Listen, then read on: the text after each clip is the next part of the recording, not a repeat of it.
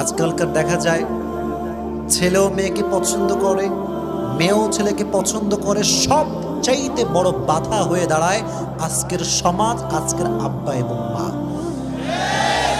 হারাম রিলেশন করছে, বাবাও জানে, মাও জানে, কিন্তু বিয়ে দিতে চায় না। এস্টাবলিশ হতে হবে, ঘরের আন্ডার এস্টাবলিশ হতে হতে যুবকের পুরো যৌবনটাই নষ্ট হয়ে যায়। এসব বাদ দেন। মেয়ে যদি ভালো হয়, ছেলেও যদি ভালো হয়, বিয়ে দেওয়ার দরকারটা আছে না নাই? ভাই, একটা মেয়ে যদি বাসায় আসে, এই কথাগুলো বুঝবেন, এদিকে তাকান, চোখ আছে সবার। আচ্ছা ভাই, একখান মেয়ে যদি বিয়ে করে আপনার সাওয়াল নিয়ে আসে, আপনার বাসায় কি এতই ভাতের অভাব যে না খেয়ে মরে যাবে?